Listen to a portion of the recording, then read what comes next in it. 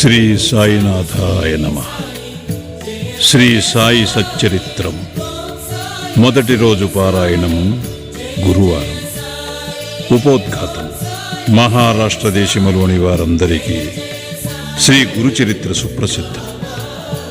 ఆ దేశమంతటను దత్తాత్రేయ భక్తులు దీనిని చదివెదరు. కొందరు దీనిని నిత్యపారాయణము చేసెదరు. దీనిని రచించిన వారు సరస్వతీ గంగాధరుడు.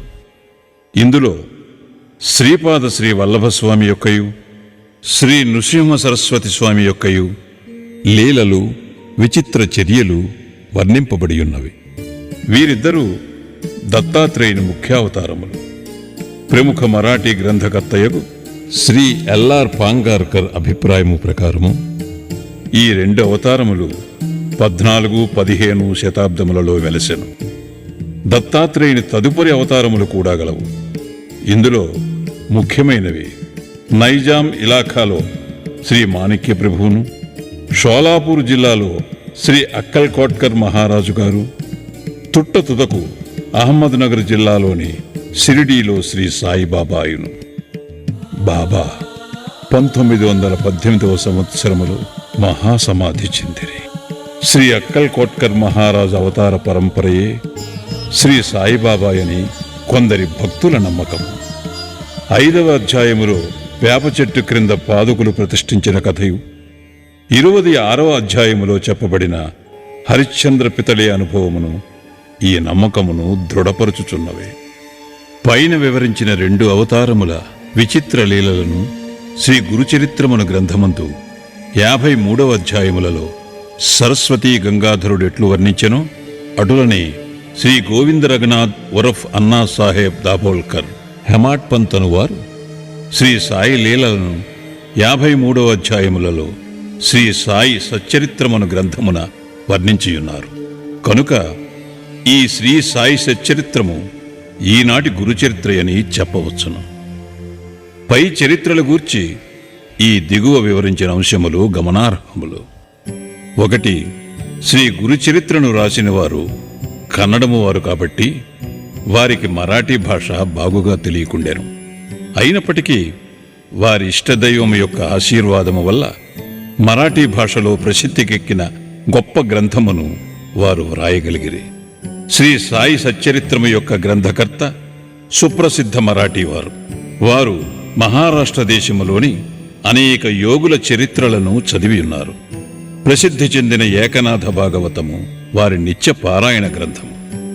శ్రీ సాయి సచ్చరిత్రమును జాగ్రత్తగా చదివినచో ఏకనాథ భాగవతములోని పెక్కు విషయములు శ్రీ సాయి సచ్చరిత్రములో పొందపరచబడియుండుట చూడగలరు. శ్రీ గురుచరిత్ర ముఖ్యముగా కర్మకాండపై ఆధారపడి ఉండుటచే దానిని బోధపరుచుకొనుట బహు కష్టము. దానిని ఆచరణలో పెట్టుట మరింత కష్టము. దత్తాత్రేయుని ముఖ్య శిష్యులు కూడా దానిని ఆచరణలో పెట్టలేకున్నారు. శ్రీ సాయి సచ్చరిత్ర విషయము అట్టిది కాదు. అందులోని విషయములు తేట తెల్లములు, మిక్కిలి సామాన్యమైనవి. ఇందులో చెప్పిన వారిని అందరూ సులభముగా గ్రహించి ఆచరణలో పెట్టగలరు. శ్రీ గురుచరిత్రలో వర్ణించిన విషయములు అవి జరిగిపోయిన 100 ఏండ్లకు వ్రాయబడెను. కాని శ్రీ సాయి సచ్చరిత్రములోని కొన్ని లీలలను రచయిత స్వయముగా చూచెను. శ్రీ సాయిబాబా యొక్క అనుమతి పొంది వారి ఆశీర్వాదముతో ఈ గ్రంథమును ప్రారంభించాను. వారి ఆజ్ఞానుసారము అక్కడక్కడ ముఖ్యమైన విషయములు, లీలలు టూకీగా వ్రాసి ఉంచుకొనెను. 1918వ సంవత్సరములో సాయిబాబా సమాధి చెందిన తరువాత శ్రీ సాయిలీల మాసపత్రికలో శ్రీ సాయి చరిత్రమును కొంచెముగా ప్రకటించాను. శ్రీ సాయి సచ్చరిత్రం ఈ విధముగా 1923 నుండి 1929 వరకు శ్రీ సాయిలీలలో ధారావాహికముగా ప్రచురింపబడి 1930లో పూర్తి గ్రంథరూపముగా ముద్రించబడినది. కనుక శ్రీ సాయి సచ్చరిత్రమును ప్రస్తుత గ్రంథము అధికారమైనది. షిరిడీలో శ్రీ సాయిబాబా సశరీరులుగా యుండగా దర్శించుకుని భాగ్యము లభించిన సాయి భక్తులకు ఈ గ్రంథము నిజముగా ఒక వరము. శ్రీ సాయి సచ్చరిత్రమును అన్నాసాహెబ్ దాబోల్కర్ కూర్చెను. కాని ప్రతి అధ్యాయము చివరను శ్రీ సాయి ప్రేరణచే హెమాడ్ పంతుచే వ్రాయబడినట్లున్నది. కావున ఈ హెమాడ్ పంతు ఎవరని పాఠకులు అడగవచ్చు. అన్నాసాహెబ్ దాబోల్కర్ మొట్టమొదటిసారి శ్రీ సాయిబాబాను సందర్శించినప్పుడు వారి బిరుదును దాబోల్కర్కు కరుణించిరి. ఎప్పుడు ఏ సందర్భములో నీ బిరుదు అతనికి వసంగిరో అను విషయము 2వ అధ్యాయములో రచయితే చెప్పియున్నారు.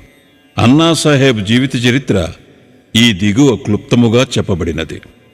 గ్రంథ రచయిత దాబోల్కర్ 1859వ సంవత్సరములో ఠానా జిల్లాలోని కేల్వే మాహిమునందు ఒక పేద ఆద్య గ్రౌడ బ్రాహ్మణ కుటుంబములో జన్మించిరి. వారి తాత తండ్రులు దైవభక్తి గలవారు. దాబోల్కర్ తమ ప్రాథమిక విద్యను స్వగ్రామమందే పూర్తి చేసి పూనాలో 5వ స్టాండర్డ్ వరకు ఆంగ్ల విద్యను అభ్యసించిరి. కుటుంబ ఆర్థిక పరిస్థితులంత బాగుగా నుండకుండుటచే వారు పై క్లాసులు చదువుకునుట మానుకునిరి. అప్పట్లోనున్న సర్కారు నౌకరీ పరీక్షలో ఉత్తీర్ణులై తన ఊరిలోనే బడిపంతుల ఉద్యోగంలో ప్రవేశించింది. ఆ సమయమందు కులాబా జిల్లాలో మామల్తదారుగానున్న సాబాజీ చింతామణి చిట్నీస్ వారు వీరి సచ్చీలతను, బుద్ధి కుశలతను, సేవానిరతిని చూచి మెచ్చుకొని తలాఠియన్ గ్రామోద్యోగిగా నియమించిరి. తరువాత ఇంగ్లీషు గుమస్తాగా వేసిరి. పిమ్మట మామల్తదార్ కచీరీలో హెడ్ గుమస్తాగా నియమించిరి. కొంతకాలము జరిగిన పిమ్మట అటవీ శాఖలో ఉద్యోగిగా నుంచిరి. కొన్నాళ్లకు కరువు సంబంధపు పనులందు ప్రత్యేకోద్యోగిగా గుజరాతులోని బ్రోచ్లో నియమితులైరి. ఆయా ఉద్యోగములలో తన బాధ్యతలను అత్యంత సమర్థవంతముగా నెరవేర్చుట వలన 1901వ సంవత్సరం ఠానా జిల్లాలోని షాహాపూరులో మామల్తదారుగా నియమించబడేది. 1903వ సంవత్సరంలో ఫస్ట్ క్లాస్ రెసిడెంట్ మేజిస్ట్రేట్గా బాంద్రాలో నియమించబడేది.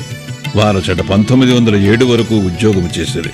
తరువాత ఆయన ముర్బాడ్, ఆనంద్, బోర్షదులలో పనిచేసి 1910వ సంవత్సరంలో తిరిగి బాంద్రాలో రెసిడెంట్ మేజిస్ట్రేట్గా నియమితులైరి. ఈ సంవత్సరమందే వారికి షిరిడీకి పోయి శ్రీ సాయి సందర్శనము చేయు భాగ్యము కలిగెను. 1916వ సంవత్సరంలో వారు ఉద్యోగ విరమణ చేసిన పిమ్మట కొన్ని నెలల వరకు తాత్కాలిక ఉద్యోగిగా పనిచేసిరి. అదీను విరమించిన తరువాత సాయిబాబా మహాసమాధి చెందు వరకు శ్రీ సాయి సేవలోనే పూర్తిగా నిమగ్నులైరి. బాబా మహాసమాధి పిమ్మట షిరిడీ శ్రీ సాయిబాబా సంస్థానమును 1929వ సంవత్సరంలో తాను మరణించు వరకును ఎంతో చాకచక్యముగా నడిపారు. వారికి భార్య, ఒక కుమారుడు, 5 కుమార్తెలు ఉండిరి. బిడ్డలకు తగిన సంబంధములు దొరికినవి. అందరూ క్షేమముగానున్నారు. సాయిబాబా ఎవరు? సాయిబాబా ఎవరు అను ప్రశ్నకు 3 విధములుగా సమాధానము చెప్పవచ్చును. దీర్ఘాలోచన చేయకయే విషయమును గూర్చి గాని మనుష్యులను గూర్చి గాని అభిప్రాయము చెప్పు అభ్యాసము గలవారు. సాయిబాబా ఒక పిచ్చి ఫకీరనియు, వారు షిరిడీలో శిథిలమై పాడుపడిన మసీదులో అనేక సంవత్సరములు నివసించిరనియు ఇష్టము వచ్చినట్టుగా మాట్లాడుచు తమను దర్శింపవచ్చిన వారి నుంచి దక్షిణ రూపముగా ధనము వసూలు చేయుచుండరనియు చెప్పుదురు. ఈ అభిప్రాయము తప్పు. ఆర్య తర్కట్ గారి స్నేహితుడు ఒకసారి బాబా దర్శనానంతరము బాబా వద్ద సెలవు పుచ్చుకుని బొంబాయి తిరిగి పోవునప్పుడు కంట తడిపెట్టుకునేను. అతనితో బాబా ఇట్లనెను, పిచ్చివాని వలె ప్రవర్తించుచున్నావేమి? నేను బొంబాయిలో మాత్రము నీతో లేనా? దానికి తర్కట్ గారి మిత్రుడు ఇట్లు జవాబిచ్చాను, నాకా విషయము తెలియదు.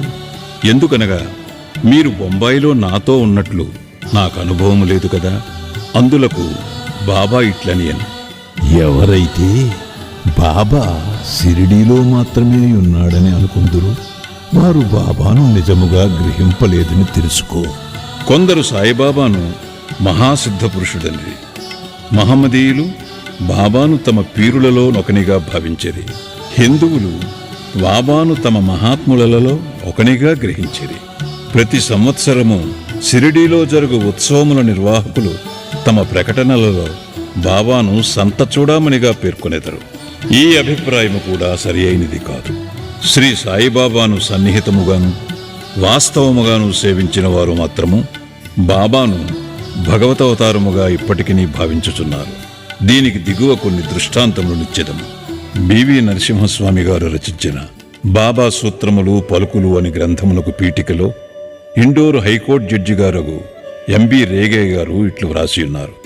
బాబా సశరీరులుగా ఉన్నప్పుడు వారకు రూపుదాల్చిన భగవత్ స్వరూపముగా తమ భక్తులకు భాసిల్లుతూ తమ లీలా ప్రబోధాల ద్వారా సాధకుల మార్గమును ప్రకాశింపజేయుచుండెడివారు. వారి నశ్వరమైన దేహము మాయమైపోయినది గాని దానిలో అప్పుడుండిన బాబా మాత్రము ఇప్పటికిని అనంత శక్తి వలె నిలిచి వారు సమాధి చెందకముందు భక్తులకు తోడ్పడినట్లే ఇప్పటికినీ వారిని ఆశ్రయించు అసంఖ్యాక భక్తులకు నిశ్శబ్దముగా సహాయపడుచున్నారు. శ్రీ బివి నరసింహస్వామి గారు రచించిన భక్తుల అనుభవములు అను పుస్తకములోని మొదటి పేజీలో ఉత్తర భారతదేశంలోనున్న ఒక హైకోర్టు జడ్జి గారు ఇట్లు వ్రాసి ఉన్నారు. నేను సాయిబాబాను సృష్టి స్థితిలయకారకుడుగా భావించెదను. 1918వ సంవత్సరంలో వారు సమాధి చెందకముందు నేనట్లు భావించితిని. ఇప్పటికీ నేనట్లే భావించుచున్నాను. నాకు మాత్రము వారు సమాధి చెందినట్లు లేదు. నా దృష్టిలో వారు అన్ని పరిమితులకు అతీతులు. వారు మా మధ్య ఉన్నప్పుడు వారి మానవ శరీరము మా కనుల ముందు సంచరించుచుండెను. ఒక్కొక్కప్పుడు అది మా దృష్టిని విశేషముగా ఆకర్షించినది. కాని ఎక్కువ భాగము మా ఎరుకలో నిలిచినది మాత్రము వారి అనంతతత్వమే. శాశ్వతము అశాశ్వతముల అద్భుత సమ్మేళన రూపమైన ఒక మానసిక ప్రతిబింబము వలె వారు మాకు భాషించేవారు. అశాశ్వతమైన తమ మానవ దేహము ఒక్కొక్కప్పుడు మా ముందర తళుక్కమని మెరిపించేవారు. ఇప్పుడు అశాశ్వతమైన ఆ దేహము మాయమై సాయిబాబాయను శాశ్వతమైన అనంతశక్తి మాత్రము నిలిచియున్నదే. బివి నరసింహస్వామి గారిచే రచింపబడిన భక్తుల అనుభవములు అను గ్రంథములో 19-20 పుటలలో ఆచార్య జీజే నార్కే ఇట్లు చెప్పి ఉన్నారు. ఇంటి వద్ద నిత్యము నేను పూజించు గృహదేవతల మధ్య సాయిబాబా నొకరినిగా నుంచితిని. సాయిబాబా భగవంతుడు. ఆయన సామాన్య సత్పురుషుడు కాడు. మా మామగారకు శ్రీమాన్ బూటీ, నా భార్య, నా తల్లి గొప్ప సాయి భక్తులు. వారు సాయిబాబాను భగవంతుని వలె పూజించువారు. నేను క్రొత్తగా షిరిడీకి పోయినప్పుడు ఒకనాడు హారతి సమయములో సాయిబాబా మిక్కిలి కోపోదీప్తుడై ఉండెను. అకారణముగా వారు కోపించుచు శపించుచు భయపెట్టుచుండెరి. ఆయన పిచ్చివాడా ఏమను సంశయము నా మనస్సులో మెదిలెను. మామూలుగానే హారతి పూర్తి ఆయను.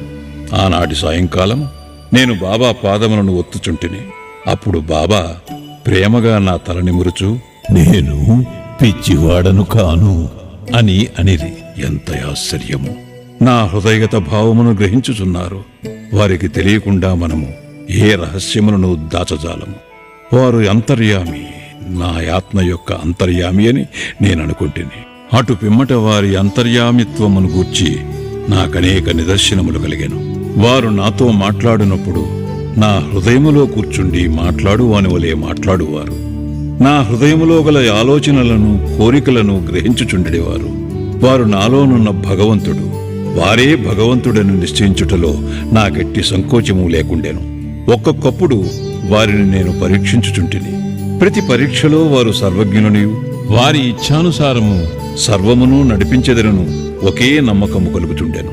రావు బహదూర్ ఎండబ్ల్యూ ప్రధాన వ్రాసిన షిరిడీ సాయిబాబా అను గ్రంథమునకు ఉపోద్ఘాతములో గౌరవనీయులను అమరావతిలో ప్రసిద్ధికెక్కిన వకీలును నగు దాదాసాహేబ్ కాపర్డే ఇట్లు చెప్పి ఉన్నారు. శ్రీ సాయిబాబా ప్రతివారి అంతరంగమందు మెదలు ఆలోచనలన్నీ తెలిసిన వాని వలె ఉండి వారి కోరికలు తీర్చుచు సుఖ సంతోషములు కలుగుచేయుచుండెడివారు. ఆయన భూమిపై నడయాడు దైవమనే భావము కలుగుచుండెను. దాసగను మహారాజు తమ స్థవన మంజరియను స్తోత్రమునందు సాయిబాబాను జగత్తు యొక్క సృష్టికర్తగాను, నిర్మలమైన అంతరాత్మగాను, నిత్య శాంతమూర్తిగాను వర్ణించి ఉన్నారు.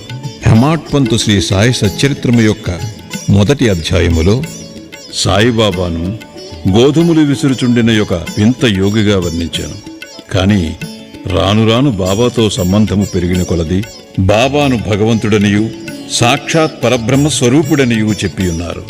షిరిడీ భక్తులందరూ, ముఖ్యముగా మాధవరావు దేశపాండే ఉరఫ్ శ్యామాయను వారు బాబాకు మిక్కిలి భక్తులు. వచ్చిన భక్తులందరితో కలిసిమెలిసి తిరుగువాడు. ఆయన ఎల్లప్పుడూ బాబాను దేవా అని సంబోధించువాడు. ఈ భక్తులందరి అభిప్రాయములను అవతరించి వారు చెప్పిన దానిలోని యథార్థమును గ్రహించి శ్రీ సాయి అవతార పురుషుడని భావించెదముగాక. ఉపనిషద్ద్రష్టలైన మన పూర్వ ఋషులు భగవంతుడు సర్వాంతర్యామి అను సత్యమును దర్శించరి. బృహదారణ్యక చాందోగ్య కట శ్వేతాశ్వతర ఉపనిషత్తులు జీవకోటితో సహ సర్వవస్తు సముదాయమైన ప్రకృతి ఎంతయు భగవంతుని రచనయనియు అది ఎంతయు అంతర్యామిచే అనగా సర్వమును సృష్టించి పాలించడి భగవంతునిచే వ్యాపింపబడి ఉన్నదనియు వక్కాణించుచున్నవి. ఈ సిద్ధాంతమును నిరూపణ చేయుటకు తగిన ఉదాహరణము శ్రీ సాయియే. ఈ శ్రీ సాయి సచ్చరితమును సాయిబాబాకు సంబంధించిన ఇతర గ్రంథములను చదివినవారు తప్పక ఈ సత్యమును గ్రహించి యథార్థమైన శ్రీ సాయిని దర్శించగలరు. శ్రీ సాయినాథాయ నమః. ఉపోద్ఘాతము సంపూర్ణము. సద్గురు శ్రీ సాయినాథార్పణమస్తు. శుభం భవతు.